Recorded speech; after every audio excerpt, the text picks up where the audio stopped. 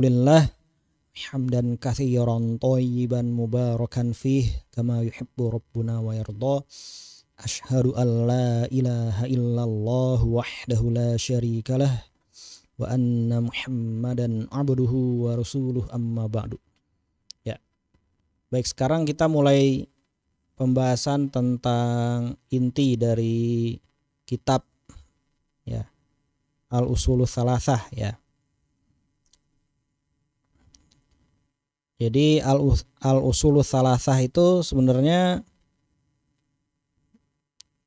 membahas tentang ma'rifah terhadap Allah ya, meyakini Allah ya sebagai Rabb, lalu ma'rifah agamanya yaitu meyakini agamanya, lalu ma'rifah terhadap nabinya Muhammad ya, meyakini nabinya dan Muhammad. Tentunya ya, kalau Ahlussunnah itu memaksudkan keyakinan di sini dan ma'rifat itu berserta kelazimannya ya. Nah, berarti kelazimannya itu adalah amalan hati, cinta, penerimaan, tunduk ya. Nah, lalu diikuti dengan kelazimannya juga berupa iqrar ya, yaitu syahadah la ilaha illallah Muhammadur Rasulullah. Lalu diikuti dengan kelazimannya yaitu amal badani ya. Nah, seperti itu. Itu maksud pembahasan ini seperti itu kalau Ahlussunnah. Jadi bukan cuma membahas ma'rifat dan keyakinan aja gitu ya. Nah, ini masalahnya. Baik, kita masuk pokok pertama, al-aslul awal. Ya, jadi berkata Asy-Syaikh Ibnu Abil Wahhab, fa idza qila laka ma rabbuk faqul rabbiyallahu alladzi rabbani wa rabba jami'al alamina bi ni'amihi wa huwa ma'budi laisa li ma'budun siwah. Wad dalilu qauluhu ta'ala alhamdulillahi rabbil alamin wa kullu ma siwallahi alamun wa ana wahidum min dzalikal alam ya. Jadi berkata Syekh Muhammad Ibnu Abdul Wahhab, jika ditanyakan kepada engkau siapa Rabbmu, maka katakanlah Rabbku adalah Allah yang ya mendidik di sini ya, Rabbani mendidik saya dan mendidik ya semua alam, semua yang ada di alam langit dan bumi dengan nikmatnya. Jadi Robba di sini Robba ya itu bisa mendidik, tapi yang dimaksud di sini bukan begitu ya intinya ya. Di situ kalau bisa dibilang ini ya menciptakan, lalu memelihara, mengatur, lalu memberi nikmat ya, seperti itu ya. Jadi Robba, yurabbi di situ seperti itu, bukan didik ini. Ya, jadi lebih tepat itu di sini Robba yurabbi itu adalah pertama menciptakan, lalu memelihara dan mengatur ya, memberi petunjuk dan memberi nikmat di sini ya. Nah, gitu. Jadi dialah yang Rabbani wa Rabba jami'al alam ya, jami'al alamina bi ni'amihi. Dialah yang menciptakan saya, memelihara saya, menciptakan alam semesta yang berada di isinya juga dan memeliharanya dengan nikmatnya ya. Dia itu adalah sesembahan saya yang tidak ada sesembahan selainnya. Ya, dalilnya adalah firman Allah Ta'ala surat Al-Fatihah ayat 6 ayat 2 afwan. Alhamdulillahirabbil alamin. Jadi semua selain Allah adalah alam ya. Dan saya itu adalah satu dari yang termasuk dalam cakupan alam. Nah, ini ya. Ya, jadi dalam syarah ini berkata Syekh Sholeh As-Sindi ya. Ini di PDF-nya halaman 20 ya. Di PDF-nya halaman 20. Ya. Berkata Syekh Sindi, Ar-Rabb ya maknanya adalah as-sayyid, tuan ya. Wa huwal malik, dan dia itu adalah pemilik. Wa huwal mutasarrif, dan dia itu adalah maha yang mengatur ya. Maha pengatur. Wa huwal murabbi. Ya. Murabbi itu apa di sini? Ya. Murabbi di sini bisa mendidik, bisa memelihara. Nah, seperti itu. Cuman kalau di sini sebenarnya ya memang kompleks ya mana rob di sini ya. Jadi mendidik itu memang salah satu artinya seperti itu. Bukan cuma itu aja artinya. Nah, jadi yang diterangkan oleh Syekh Muhammad Ibnu Abdul Wahhab ini memang berlainan dengan apa yang diterangkan oleh Syekh Sindi ya. Kalau Syekh Sindi mengartikan Rob di sini sebagai as-sayyid dan al-malik ya. Nah, begitu. Sedangkan Syekh Muhammad bin Abdul Wahhab ya mengartikan Rob itu sebagai murabbi yang berasal dari kata tarbiyah ya. Nah, begitu. Kalau tarbiyah itu memang letter luck-nya ya kalau di Indonesia populer dengan mendidik gitu ya. Cuma memang secara bahasa maknanya lebih luas daripada mendidik. Nah, makanya dijelaskan di sini at-tarbiyah kata Syekh Sindi al-qiyam ala syai' wa tadbiru sya'nihi wa islahihi wal qiyamu alaihi hatta yablugha wa yatahu. Ya, jadinya yang apa? At-tarbiyah itu yang mengatur sesuatu, ya, mengurusinya, memeliharanya dan memperbaikinya. Ya, sampai benar-benar ke tujuannya. Nah, seperti itu. Ya, intinya ya. Intinya kalau Allah sebagai Rob dengan makna tarbiyah berarti awalnya mencipta dulu, lalu benar-benar yang mengatur, memelihara, ya, memberi petunjuk, ya, dengan hidayatul bayan bahkan sampai hidayatul taufik gitu, ya, memberi rizki juga sama sampai akhirnya, ya, sampai ke tujuannya bisa beribadah kepada Allah dan masuk surga. Nah, seperti itu. Ya, itu kalau memang ini ya orang yang bertakwa. Nah, seperti itu. Ya, jadi memang para ulama seperti At-Tabari itu memaknai ar-Rob di sini di tafsirnya dengan 3 makna. Pertama as-sayyid dan al-malik. Sebagaimana yang dijelaskan juga tadi oleh Syekh Sindi ya. Dan ada satu lagi yang dijelaskan At-Tabari yaitu al-muslih, yang memperbaiki ya. Nah, seperti itu. Jadi At-Tabari memaknai ar-Rob itu dengan 3 makna. As-sayyid ya, as-sayyidul muta' kata At-Tabari, tuan yang ditaati, al-malik yang memiliki, lalu tadi apa? Ini al-malik, habis al-malik apa? Pertama as-sayyid, al-malik, al-muslih yang melihara. Nah, seperti itu. Apa yang memperbaiki, muslih. Ya. Yang memperbaiki. Atau kalau bisa dibilang aslaha yuslihu kan ja'lu syai'in sholihan. Jadi menjadikan sesuatu jadi baik. Ya sama sih sebenarnya ya. Memperbaiki sama ya, menjadikan sesuatu jadi baik, jadi benar, jadi ini ya, seperti itu intinya. Ya, jadi wasmu rabbi lillahi huwa ahadul asma'i tsalatsati allati ta'udu ilaiha jami'u asma'illahi subhanahu wa ta'ala. Ya, wahyasmul jalalati Allah, wasmul jalalati ar-Rabb, wasmul jalalati ar-Rahman. Ya.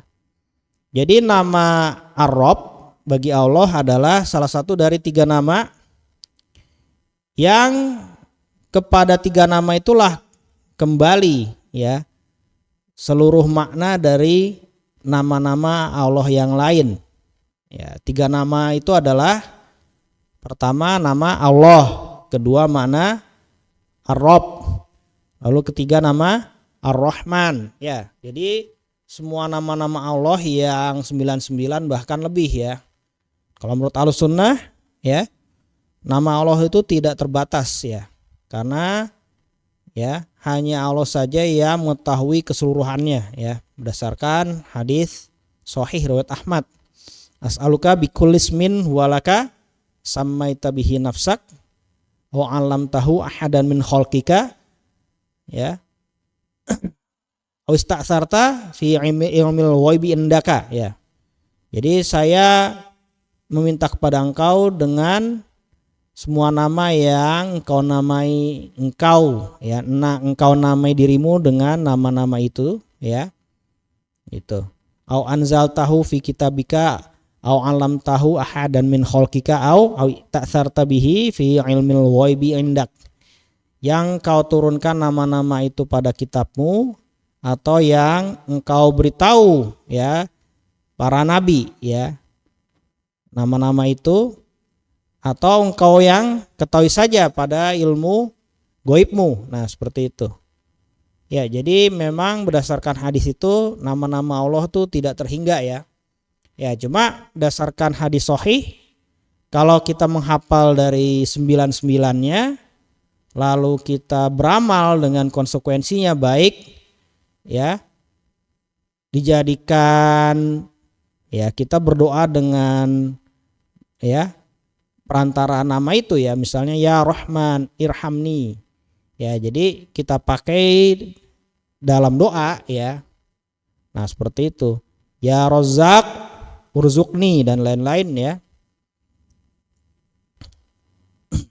Atau kita beramal dengan konsekuensi nama-nama itu ya, misalnya Ar-Rahman ya, Allah punya sifat rahmah berarti konsekuensinya. Nah, berarti kita harus merahmati makhluk ya. Memang tidak selamanya seperti itu ya.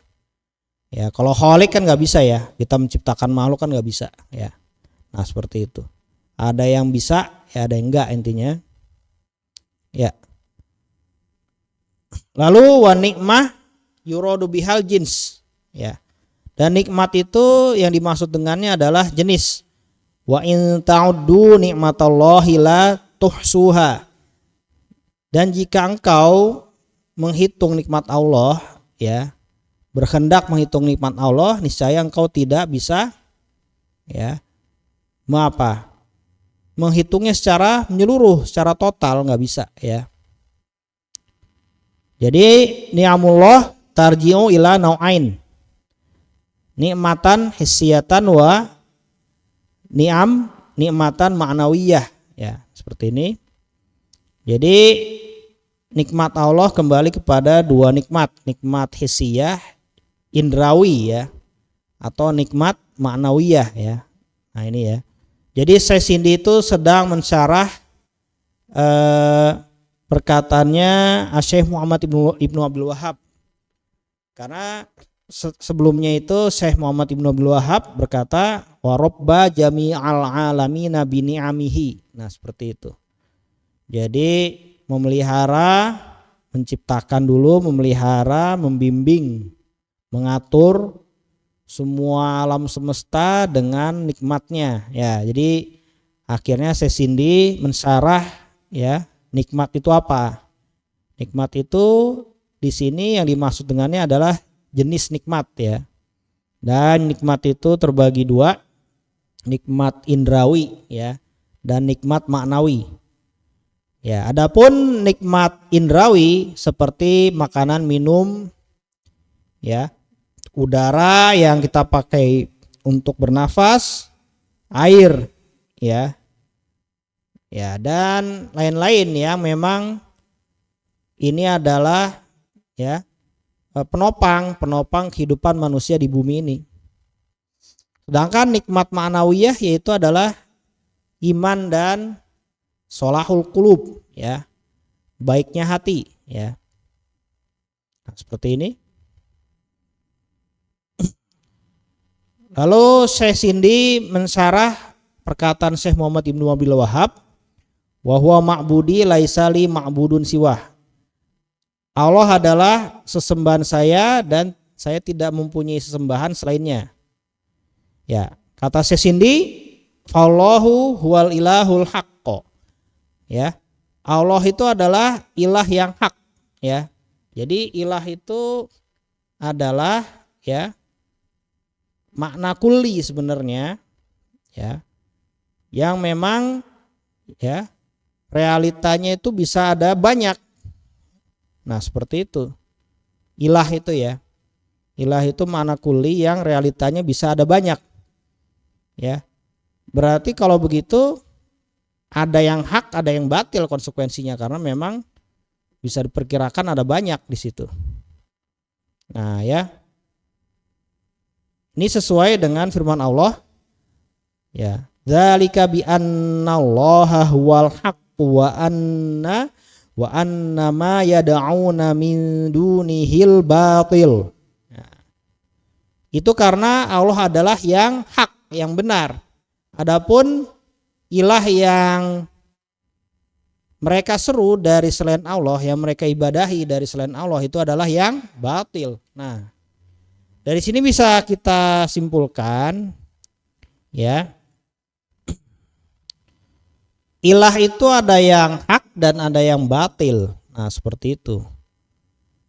Ya, itu berarti menurut syariat juga ya, ilah itu makna yang tidak terkhusus hanya kepada Allah saja ya.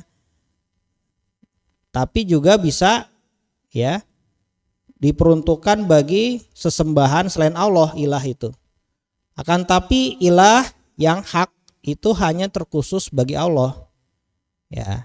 Dan sesembahan lain ya yang disembah oleh makhluk dari selain Allah itu tidak bisa disematkan kepadanya makna ilah al-haq, ilah hak ya. Nah, seperti itu harap dipahami karena Allah saja yang merupakan ilahun hakun ya.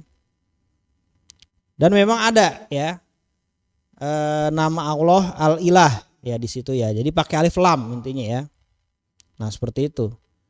Jadi intinya harap dibedakan apabila ilah ya dipakaikan alif lam di depannya jadi al-ilah itu berarti merujuk hanya kepada Allah saja. Maknanya adalah ilahun hakun, ilah yang benar. Kan tapi kalau cuma ilah-ilah saja tidak pakai alif lam, nah itu bisa diperuntukkan kepada Allah dan bisa diperuntukkan kepada selain Allah. Itu bisa ya mencakup yang hak dan yang batil. Nah, seperti itu. Nah, ini ya.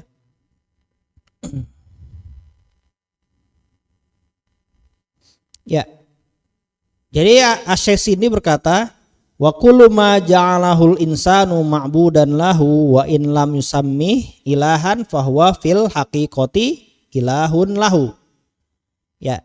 Jadi setiap yang dijadikan oleh manusia sebagai sesembahannya, meskipun manusia itu tidak menamainya sebagai ilah, pada hakikatnya dia itu adalah ilahnya, itu adalah ilahnya manusia itu. Ya. Jadi kalau ada orang menyembah selain Allah, lalu apa? Dia tidak mau menamai sesembahannya itu sebagai Tuhan. Ya. Nah, seperti itu. Meskipun dia tidak mau menamai sesembahannya sebagai Tuhan, ya itu otomatis adalah Tuhannya. Nah, perhatikan ya. Nah, gitu ya. Ya perlu dicermati lagi ya, Tuhan menurut Kamus Besar Bahasa Indonesia itu adalah terkait dengan pengagungan, bukan terkait dengan penciptaan alam semesta. Perlu dicermati ya. Nah, gitu. Jadi Allah berfirman, afara'aita manittakhadha ilahahu hawah. Ya. Jadi apakah kamu tidak mencermati orang-orang yang mengambil hawa nafsunya sebagai Tuhannya? Nah, seperti ini ya. Jadi memang ya kalau menjadikan berhala atau yang lain ya sebagai objek yang diibadahi olehnya, berarti objek tersebut ya sudah menjadi ilahnya, meskipun dia tidak mau menamainya sebagai ilah yang menyembah itu ya. Jadi lalu Asy-Syaikh Sindi mensarah perkataan Asy-Syaikh Muhammad Ibnu Abdul Wahhab, wa dalilu qauluhu ta'ala alhamdulillahi rabbil alamin. Ya, kata Asy-Syaikh Sindi, fallahu wa rabbu kullil makhluqati di annahu la yujadu illa khaliqun wa makhluqun laisa thammata amrun salithun. Ya. Ya, jadi Allah itu adalah Rob, ya. Allah itu adalah Rob semua makhluk, ya. Karena tidak didapati, ya, secara fakta, secara aktual, secara realita, ya, secara aktual mau, ya, bukan aktual maksudnya ya. Tidak didapati secara realita, afwan ya, bukan secara aktual. Tidak didapati secara realita kecuali khalik dan makhluk. Tidak ada lain ya. Nah, tidak ada perkara yang ketiga. Nah, ini ya. Jadi ini kata Syekh Sindi ya. Cuma masalahnya ya. Ini kalau kita tinjau ya di kitab-kitab akidah terdahulu ya. Itu memang dibahas masalah sifat Allah bagaimana. Sifat Allah kan termasuk yang eksis, tapi bukan khalik dan bukan makhluk. Nah ini ya, sebenarnya harus dibahas juga, bukan la yujadu illa khalikun wa makhlukun, seperti yang dikatakan Asy-Syaikh Sindi ya. Nah tapi memang kalau kita bahas ya, akidah-akidah di masa lalu ya, ada pendapatnya Syafi'i dan lainnya, Abu Daud dan lainnya. Ya, sampai Al-Asma'i juga berbicara tentangnya seperti ini. Ya. Itu harus ditampilkan masalah sifat Allah. Ya, sifat Allah itu bagaimana sifat Allah itu? Sifat Allah bukan khalik dan bukan makhluk. Nah, ini dinukil dari ya. Ini ya. Muhammad bin Ja'far As-Shadiq juga mengatakan seperti itu. Sifat Allah ada dan itu bukan khalik dan juga bukan makhluk. Tapi termasuk cakupan makna Allah. Afwan, termasuk cakupan ya nama bukan makna. Termasuk cakupan nama Allah kata Syekhul Islam Ibnu Taimiyah. Ya, jadi nama Allah mencakup zat dan sifat-sifatnya semuanya ya. Nah, jadi yang tercakup dalam nama Allah itu bukan makhluk. Nah, seperti itu. Apakah sifatnya kholik? Ya bukan ya. Jadi Allah itu adalah yang kholik. Kalau sifatnya bagaimana? Sifatnya itu ya intinya ada dalam cakupan nama Allah ya. Nah seperti itu kalau gampangnya.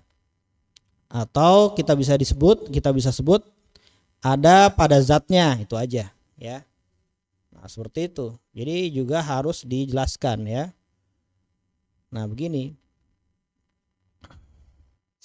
Nah kalau kita memakai istilah yang dikeluarkan oleh Syekh Sindi ya, di annahu la yujadu illa khaliqun wa makhlukun laisa tsammata amrun salis. Nah ini ya bisa terkesan mendukung teorinya Mu'tazilah ya, yang mengatakan sifat-sifat Allah itu makhluk. Nah seperti itu. Ya, makanya ramai-ramai diperbincangkan oleh salaf terdahulu. Ya. Jadinya ada selain khalik dan makhluk, yaitu sifat Allah. Nah, bukan khalik dan bukan makhluk. Ya. Tapi tercakup dalam nama Allah. Seperti itu. Baik, kita lanjut. Al-alamun jam'u alamin, ya. Al-alamun itu jamak dari alam. Wa in kana ba'du ahli logoti yaro annal alamina ismu jam'in la mufradalahu, ya. Jadi al-alamun jamak dari alam. Meskipun sebagian ahli bahasa memandang bahwasanya al-alamin isim jamak yang tidak ada mufradnya. Nah, seperti itu. Wasawab, kata Syekh Sindi, yang benar, annal alamina jam'u mufrad. Jam'un mufraduhu alam. Yang benar al-alamin jamak yang tunggalnya bentuk singularnya, ya. Jadi jamak kan istilahnya plural, ya, bentuk pluralnya, ya. Lalu bentuk singularnya, bentuk tunggalnya adalah alam, ya. Al-alamin bentuk plural, ya, jamak. Sedangkan bentuk singularnya, bentuk tunggalnya adalah alam. Gak pakai tambahan ya dan nun atau waw dan nun. Wal alam huwa sinfu minal makhlukoti. Ya. Jadi alam itu adalah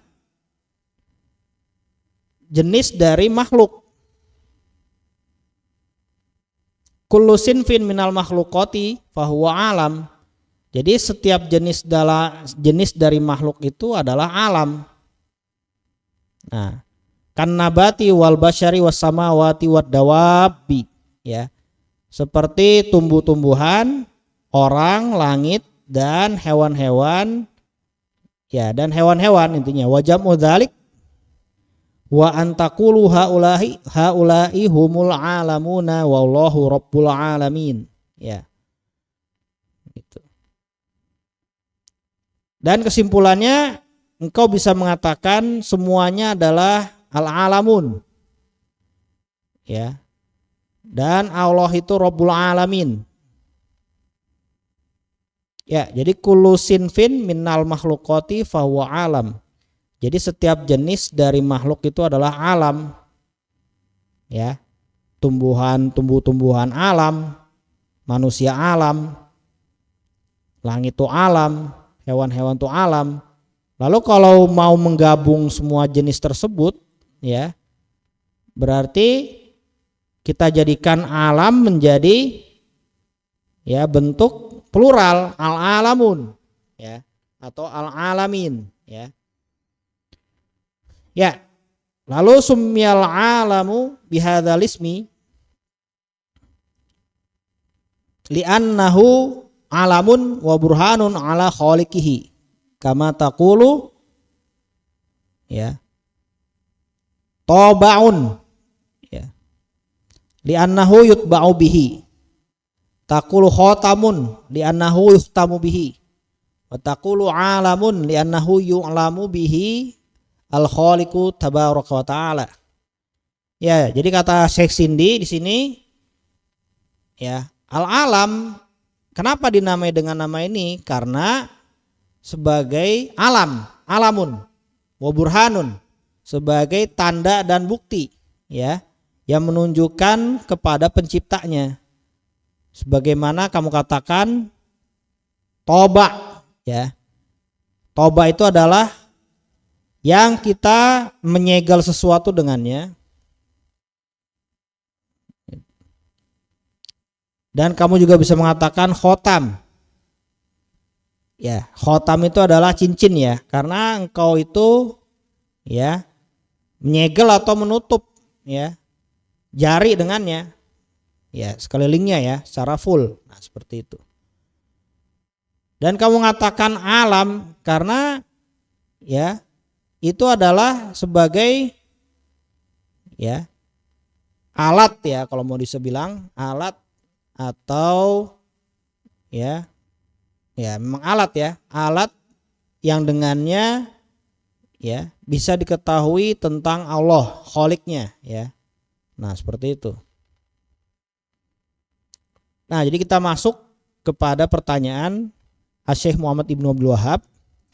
Fa idza qila laka bima arafta rabbak, jika dikatakan kepadamu dengan apa engkau mengetahui Rabbmu, fakul, katakanlah, bi ayatihi wa makhluqatihi wa min ayatihil lailu wan naharu wasyamsu wal qamar. Ya. Katakanlah dengan ayat-ayatnya dan makhluk-makhluknya. Dan di antara ayat-ayatnya adalah ya malam, siang, matahari dan bulan. Ya. Wa min makhluqatihi as-samawati as-sab'u wal ardu nas-sab'u wa man fihinna wa ma bainahuma.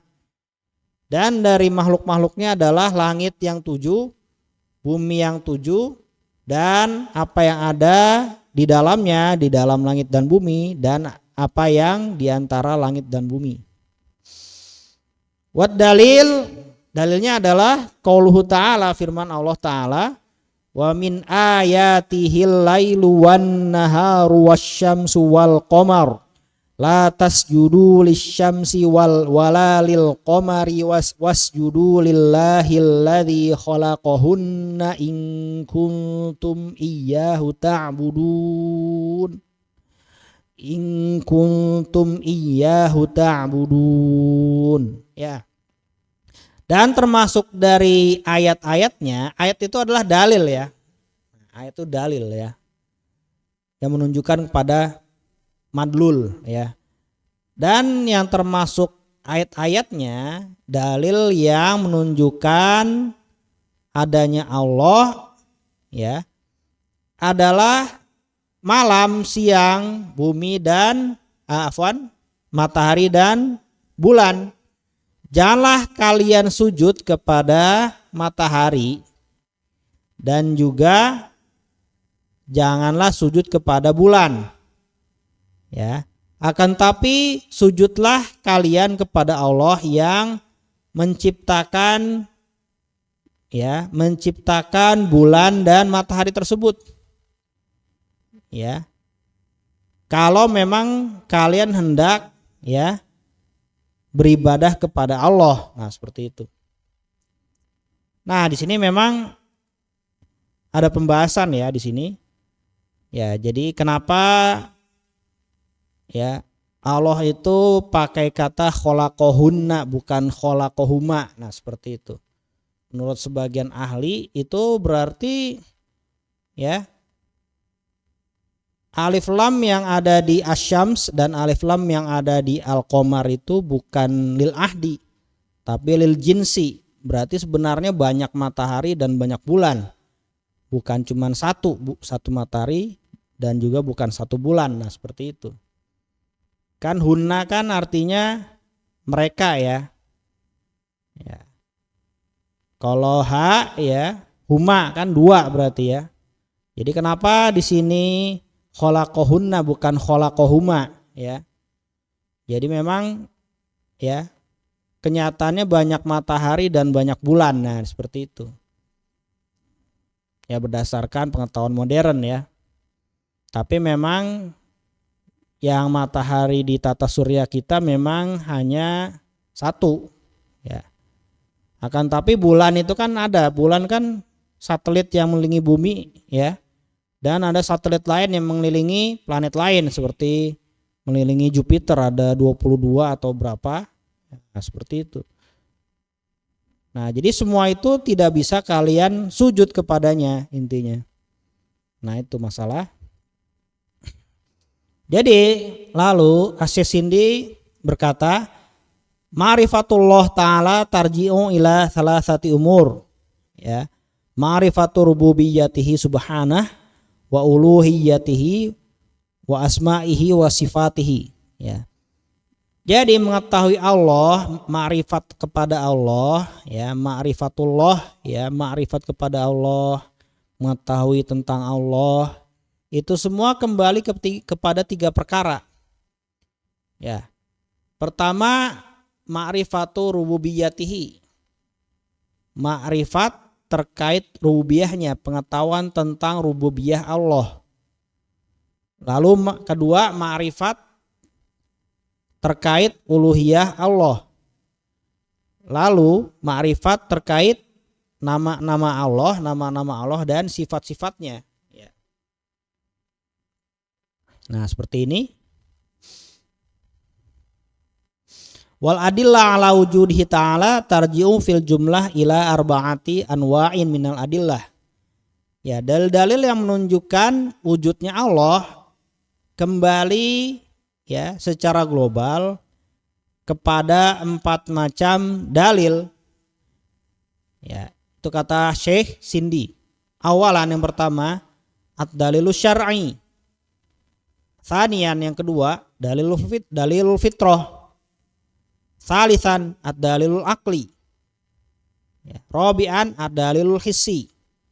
Yang pertama dalil syar'i, yang kedua dalil fitrah, yang ketiga dalil aqli, ya, yang keempat dalil hissi.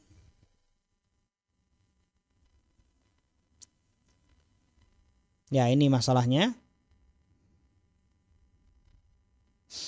Kalau dalil syar'i jelas ya. Dalil syar'i itu ya adalah Quran dan As-Sunnah. Nah, itu ya. Kalau dalil fitrah bagaimana? Dalil fitrah. Berarti kalau kita ditanya tentang Allah, nah, jadi secara spontan kita langsung menunjukkan bahwasanya Allah di atas atau Allah ada. Nah, seperti itu. Nah, kalau dalil akli bagaimana dalil akli? Nah, ini ya, ini yang harus dibahas dalil akli itu apa ya? Karena dalil akli itu ya itu banyak macamnya di sini. Dalil akli itu bisa ya apa yang dibenarkan secara doruri dan dibenarkan secara nadori di sini. Ya, jadi terkait permasalahan tasdikiyah ya atau permasalahan terkait ya terkait premis ya. Premis itu adalah ya gabungan dua kata yang merupakan pengkabaran yang apa? Yang dibenarkan secara apa? Secara doruri awalnya ya atau dibenarkan secara nadori. Nah, itu ya, itu dalil akli. Nah, seperti itu. Kalau dalil hissi bagaimana? Dalil hissi berarti apa? Nah, ini yang susah itu menjelaskan dalil hissi ya. Dalil hissi itu bagaimana dalil hissi? Ya. Jadinya kita berarti melihat ya semua yang bergerak ini ya. Semua yang bergerak ini ya. Dan semua yang ada ya, misalnya depan ya, saya melihat seperti orang Badui ya melihat jejak ya. Jejak kaki gitu ya. Gitu. Pasti ada yang menyebabkannya. Nah, begitu. Berarti semuanya ini pasti ada yang menyebabkannya. Nah, itu. Jadi berujung kepada adanya Allah akhirnya yang menyebabkan semuanya ada. Nah, seperti itu. Ya, intinya seperti itu ya dalil hissi ya, intinya ya. Jadi yang seperti dijelaskan oleh Syekhul Islam Ibnu Taimiyah di Syarah Asbahaniyah ya. Jadi gampangnya ya, memakai dalil hissi adalah kalau kita melihat segala sesuatu yang bergerak ya dan baru ada, pasti ada yang menyebabkannya bergerak dan menyebabkannya ada. Gitu. Dan semuanya ini ya tidak bisa bergerak dengan sendirinya dan tidak bisa ada secara sendirinya. Berarti butuh kepada yang menggerakkan ya. Gitu. Lalu yang memang ada ya secara zatnya, tidak ada yang mengadakannya. Nah, seperti itu akhirnya ya. Nah, pembahasan memang agak rumit di sini. Lalu langsung masuk pembahasan ke dalil fitrah di sini. Kata Syekh Sindi, amat dalilul fitri, adapun dalil fitrah, fajami'ul ibadi mafturun 'alal imani biwujudihi ta'ala. Qala sallallahu alaihi wasallam fi shahihaini, kullu mauludin yuladu 'alal fitrah fa abawahu yuwahidani wa yunassirani wa yumajjisani Sumatala Abu Hurairah rawiyul hadis fitratallahi allati fataran nasa 'alaiha. Ya, adapun dalil fitrah semua makhluk, ya, semua makhluk. Ya, maksudnya ini terkhusus yang berakal ya. Semua makhluk ya itu mafturun. Ya, mafturun di situ berarti apa? Terpaksa. Ya, maksudnya terpaksa itu bukan terpaksa merasa ini ya. Terpaksanya bukan merasa tidak suka gitu. Ya, intinya mutorun ya. Memang harus nggak begini apa namanya sih intinya.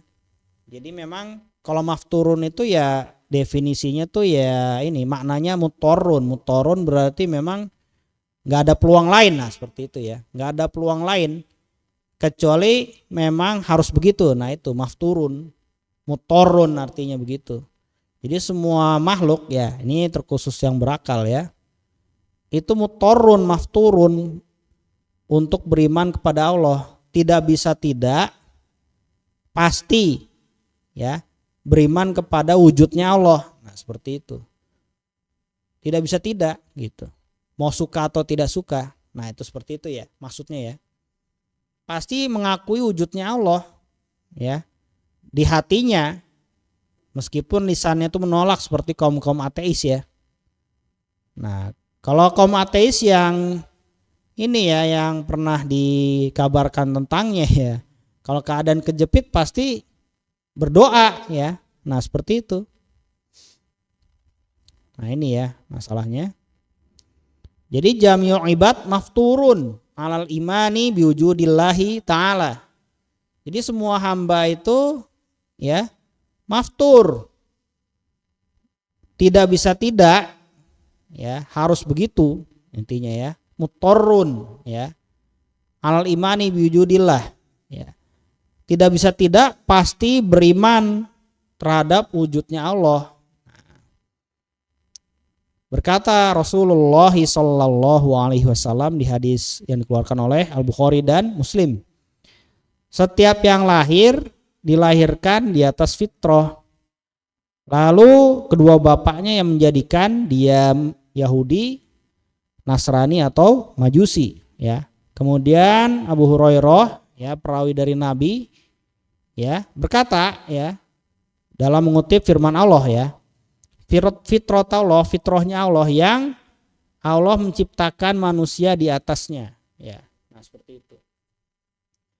Artinya di sini ya bukannya manusia itu ya terpaksa nggak suka gitu, tapi terpaksanya itu ya memang begitu adanya begitu. Jadi mereka menemui diri mereka dalam keadaan seperti itu, nggak bisa nggak bisa dihilangkan meskipun lisannya itu mengingkari. Nah itu masalahnya. Gitu. Nah itu berarti mereka itu maftur ya, mereka itu mutorun ya. Ya memang kalau dengan padanan bahasa Indonesia artinya terpaksa, dipaksa, nah begitu. Cuma ya gimana ya, dipaksanya itu bukan otomatis tidak suka, tapi mereka mendapatkan diri mereka dalam keadaan seperti itu. Intinya ya. Hatta Fir'aun adzamul munkirin alamaddatarihi lillahi ta'ala subhanahu wa ta'ala qala lahu Musa alaihi salam. Ya, sampai-sampai Fir'aun yang merupakan orang yang paling besar pengingkarannya kepada Allah ya, menurut sejarah ya. Musa berkata kepadanya sebagaimana yang terdapat di dalam firman Allah Ta'ala ya.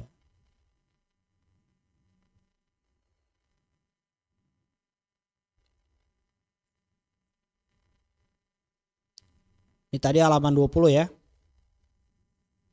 Halaman berapa tadi? halaman 23 di sini ya. Sudah halaman 22 di sini ya. Ya, jadi Musa berkata kepada Fir'aun ya. Laqad alimta ma anzalaha ulai illa rabbus samawati wal ardi basair. Ya. Sungguhnya berkata Musa, sebenarnya kamu itu sudah mengetahui tidak ada yang menurunkan itu semua kecuali Rabbus samawati wal ard, Tuhannya langit dan bumi. Nah, jadi ayat ini menunjukkan bahwasanya Firaun itu sebenarnya sudah tahu tentang adanya ya pencipta alam semesta, gitu, sudah tahu. Tapi apa? Tapi mengingkari ya intinya ya. Bal kullu kafirin, kata Syekh Sindi, bal kullu kafirin yukhfi ma la yudhir. Nah, seperti itu. Akan tapi semua orang kafir itu ngumpetin. Ya, ngumpetin pengakuannya itu di hatinya. Jadi semua orang kafir itu sudah tahu adanya Allah, adanya Rabbus samawati wal ard ya. Pencipta alam semesta. Cuma menyembunyikan banyaknya ya, tidak menampakkan ya. Qala ta'ala 'anil kuffari ahlin nar. Jadi Allah berfirman tentang orang-orang kafir ahli neraka. Bal badalahum ma kanu yukhfuna min qabl. Ya. Akan tapi telah jelas, telah tampak bagi mereka apa-apa yang mereka umpati, mereka sembunyikan ya pada sebelumnya. Nah, seperti itu. Jadi sebelumnya di dunia mereka menyembunyikan itu. Ya. Dan di akhirat itu benar-benar nyata, tampak.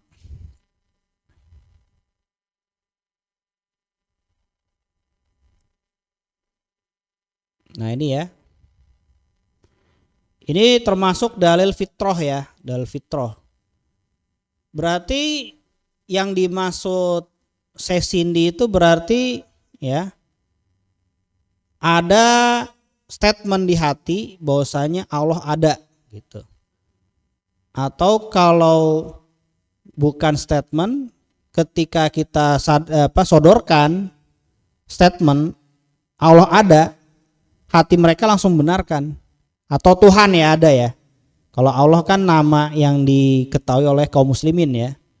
Ya kita ya pakai nama Tuhan aja ya. Kalau kita kasih statement Allah ada, niscaya hati semua orang itu pasti ya. Kalau kita kasih statement Tuhan itu ada ya, pencipta alam semesta itu ada. Nah, seperti itu ya. Jadi kalau kita kasih semua orang statement pencipta alam semesta ada, berarti hati itu langsung membenarkannya. Langsung hati itu condong ke situ secara kuat gitu. Tiba-tiba. Nah itu. Bukan dengan kehendak. Nah ini ya. Jadi bedanya fitrah dengan non fitrah ini seperti ini. Kalau fitrah di situ berarti tiba-tiba hati itu setuju, hati itu condong ke itu. Ya. Membenarkannya tanpa kehendak. Nah, seperti itu. Itu namanya fitrah. Kalau dengan kehendak itu berarti dengan berpikir ya. Masuk ke akli intinya ya. Nah, seperti itu.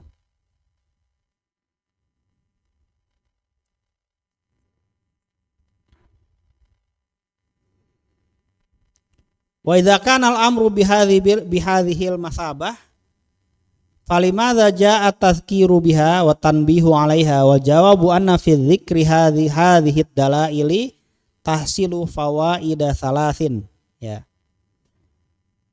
Dan jika perkaranya begini, kenapa ya datang pengingat ya tentangnya? Nah, seperti itu. Kalau Allah itu sudah diketahui secara fitrah, kenapa perlu ada ayat atau hadis yang maksudnya Quran ya. Kenapa mesti ada Quran dan kenapa mesti ada hadis yang datang untuk memperingatkannya? Nah, ini masalahnya. Kenapa mesti begitu sih? Nah, ini ya, gampangnya begini sebelum kita tinjau penjelasannya saya Cindy, saya jelaskan ya sebenarnya gampang aja. Manusia tuh suka lupa gitu intinya. Manusia tuh suka lupa. Itu masalahnya. Jadi tidak selamanya terbersit di otak kita Tuhan ada terus, enggak. Gitu. Jadi bahkan seringkali ya kita itu terbersit di otak itu tuh hal lain. Nah, seperti itu. Tapi kita dihukumi menetapkan Tuhan ada. Ya, bukan ya. Karena tidak terbersit itu kita dianggap ngingkari, enggak seperti itu. Ya. Jadi semua manusia itu ya misalnya ya kita itu sudah berislam ya, mengucapkan la ilaha illallah ya. Berarti kita berislam dengan fi'li. Nah, lalu tidak terbersit di otak kita la ilaha illallah, tapi kita terbersit di otak kita yang lain seperti cari kerja atau belajar agama ya, atau makan atau minum. Nah, seperti itu. Nah, kita tetap dihukumi telah berikrar dengan la ilaha illallah. Nah, seperti itu.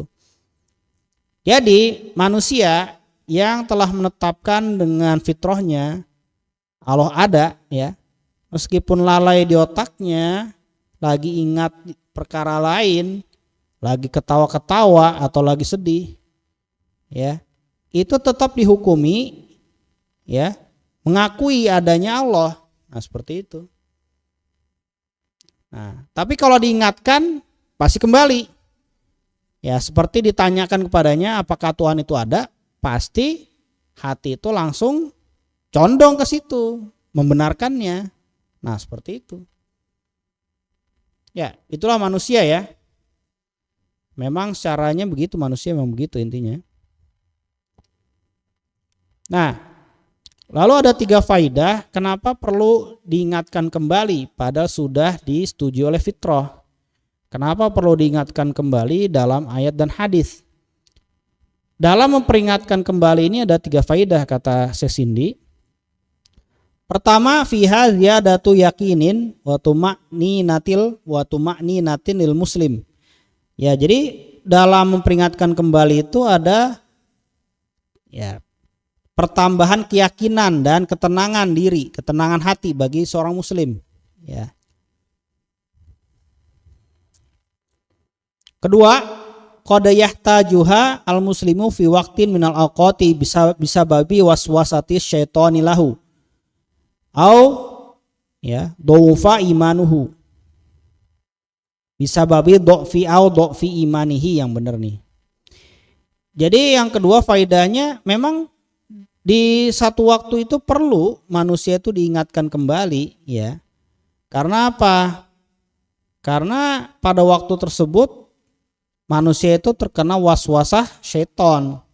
Waswas dari syaitan atau sedang lemah imannya. Nah, seperti itu. Ya, contohnya Fir'aun lah. Firaun itu kan di ayat itu dibilang sudah tahu ya, tapi mengingkari. Nah, berarti apa? Ya. Berarti manusia itu memang seperti itu, bisa mengingkari dengan lisan apa-apa yang sudah diketahui oleh hati, sudah dibenarkan oleh hati, bisa manusia itu. Jadi kita bukan robot ya, yang kalau sudah ya terpatri di hati itu akan sama lisannya. Nah, ini kita nggak gitu. Karena kita tuh manusia ada hawa nafsu. Jadi bisa ya, lisan menyelisihi hati itu bisa manusia. Nah, itu yang bahaya itu ya. Yang ketiga faidahnya annal muslima al mutasalliha bihadhil adillah yastati'u bitaufiqillahi ta'ala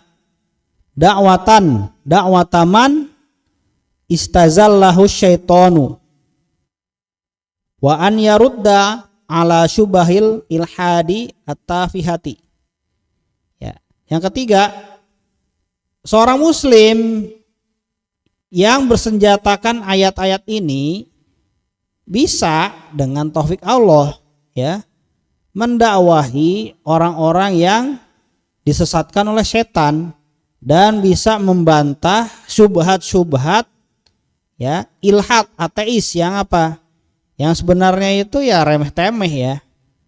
Gitu. Dibantah oleh akal sedikit bisa gitu. Cuma tambah mantep lagi kalau ditambah oleh ayat dan hadis. Nah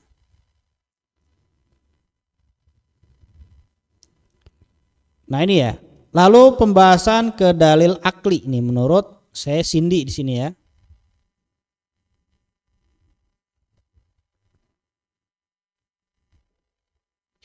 Amat dalil akliyu fa innahu yatanawwa'u ila iddati furu'in. Adapun dalil akli itu bermacam-macam. Ya. Jadi punya berapa furu', berapa cabang. Lakinna syaikha rahimahullahu rakkaza ala dalilin wahidin yarji'u fi mujmalihi ila qadiyatin aqliyah wa hiya dalalatul athari alal mu'athiri.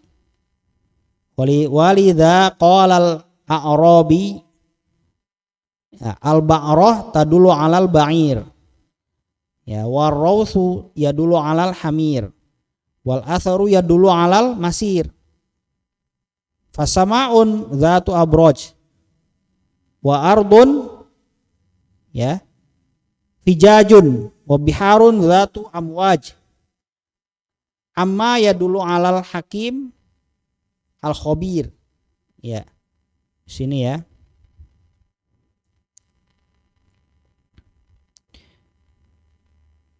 Ya jadinya meskipun dalil akli ini ada banyak ya, kalau mau dibahas tuh dalil akli banyak ya. Jadi seperti dalil ada mutasalsul, nah seperti itu gitu. Itu juga sama ya, udah macam-macam ya gitu. Jadi banyak dalilnya dalil akli ini. Akan tapi Syekh Muhammad Ibnu Abdul Wahhab memusatkan pada satu dalil. Ya, memusatkan pada satu dalil yang kembali secara global kepada ya qadiyatin akliyah. Ya, kepada ya perkara akal di sini ya. Seperti dalil asar kepada muasirnya ya. Ya itu maksudnya ya. Jadi qadiyatin akliyah itu adalah dalalatul asar alal muasir di sini ya. Jadi al asar ya dulu alal muasir. Jadi intinya al asar ada asar pasti ada muasir, ada sebab pasti ada akibat pasti ada sebab. Nah, seperti itu.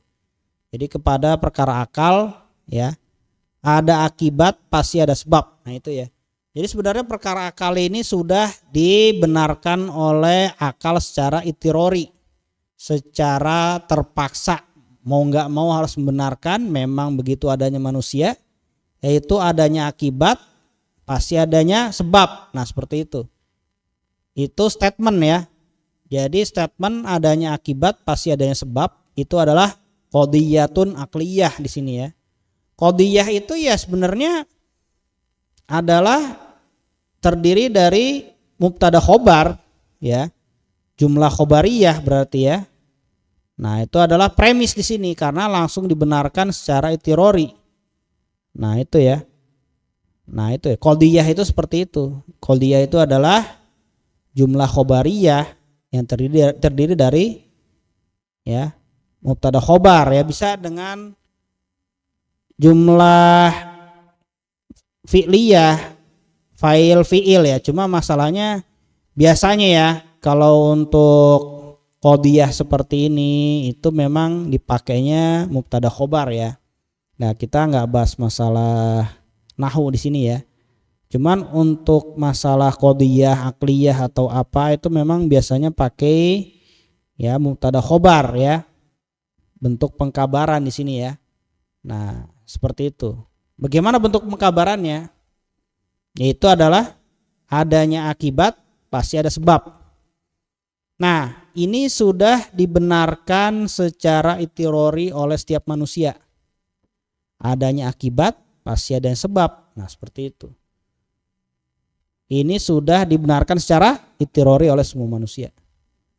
Kalau ditanyakan seperti itu, ya, adanya akibat pasti ada sebab, pasti dibenarkan sama semua orang. Nah, ini berarti dalalatul athar alal mu'athir, ya. Adanya akibat pasti adanya sebab. Nah, seperti itu. Nah, sebenarnya manusia ini kenapa sih bisa membenarkan adanya sebab, adanya akibat pasti ada sebab? Ya, jadi kenapa bisa membenarkan manusia ini adanya sebab pasti Kenapa manusia bisa membenarkan statement ini, adanya akibat pasti adanya sebab? Karena penelitian yang banyak terhadap perkara-perkara partikular sebenarnya yang terjadi sehari-hari, ya. Misalnya dari bayi juga meneliti itu. Ya. Jadi kalau bayi minum susu kenyang, itu dia udah tahu. Ya, perutnya tidak sakit lagi. Itu sudah tahu. Nah, misalnya haus bayi, lalu nyari susu langsung apa? Dahaganya hilang. Nah, itu. Kalau ibunya dipanggil, ibunya datang. Nah, itu. Jadi manusia itu selalu ngamatin seperti itu dari kecil, dari saat lahir, ya. Berarti ya terkumpul di otaknya perkara partikular yang banyak, ya. Dari masalah ini, masalah itu, masalah susu yang menghilangkan dahaga, dari susu yang menghilangkan sakit di perut, dari manggil ibu datang, ya. Menggerakkan barang, mendorong barang, jatuh barangnya. Itu. Nah, seperti itu. Akhirnya karena banyaknya perkara partikular itu, ya, tersimpulkan qadhiyah akliyah. Nah, tersimpulkan premis namanya yang dibenarkan secara itirori, yaitu apa? Adanya akibat pasti adanya sebab. Yang disimpulkan dari banyak hal secara istiqro. Nah, seperti itu, ya. Tapi kenapa ini menjadi kaidah yang yakin, ya, kaidah yakini, ya? Karena ya perkara partikularnya sudah lupa. Ya. Yang ingat itu cuma kesimpulannya. Nah, bagi yang belajar mantik akan ngerti masalah ini, ya. Jadi bedanya istiqro yang sudah mencapai tahap yakin benar-benar sampai akhirnya, ya, sudah sampai tahap itirori benernya, ya. Itu dengan istiqro yang masih teringat perkara partikularnya. Nah, seperti itu. Ada bedanya, ya. Jadi kalau masih istiqro yang teringat partikularnya, kalau tidak sempurna istiqro'nya, penelitian, ya, istiqro' penelitian di sini, ya. Penelitian terhadap perkara-perkara yang partikular, yang satuan. Nah, seperti itu. Kalau tidak sempurna penelitiannya, berarti sifatnya itu dhon, intinya masih dugaan. Kalau sudah sempurna, berarti menghasilkan keyakinan. Gitu. Tapi apakah kita bisa, ya, meneliti semua hal di dunia ini, ya, di muka bumi ini sangat susah intinya, ya. Nggak akan bisa sampai di sini, ya. Cuma masalahnya, ya, ketika sudah benar-benar yakin dan perkara partikular itu lupa gitu, nggak ingat sama sekali. Nah, itu ditandai, itu adalah tanda bahwa perkaranya itu sudah benar-benar tidak ada kemungkinan lain lagi, ya, sudah benar-benar yakin, ya, bahwasanya semua yang tidak kita teliti adalah sama dengan yang sudah kita teliti, nggak ada bedanya. Nah, seperti itu.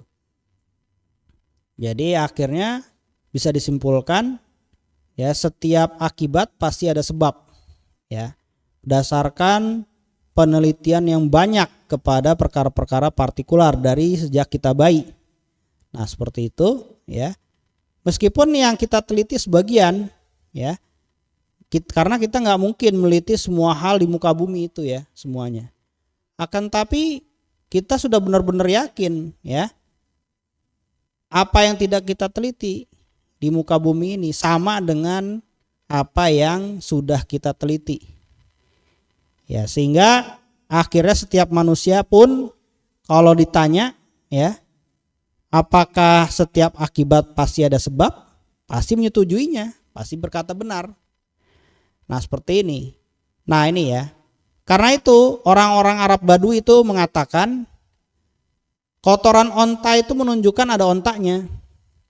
Begitu juga kotoran keledai pasti adalah keledainya. Pasti ada keledainya. Jejak itu menunjukkan adanya ya orang ya, atau yang menjejaki intinya ya. Kalau jejak-jejak di tanah misalnya jejak hewan atau jejak orang, pasti tadinya ada hewan atau orang yang ya menjejakkan kakinya di situ.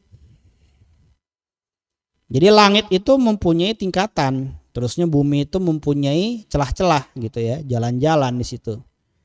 Lalu laut itu punya ombak gitu. Jadi semuanya itu akhirnya menunjukkan kepada Al-Hakimul Khabir ya. Pencipta yang mempunyai hikmah dan ilmu ya. Nah, seperti itu. Nah, seperti ini ya.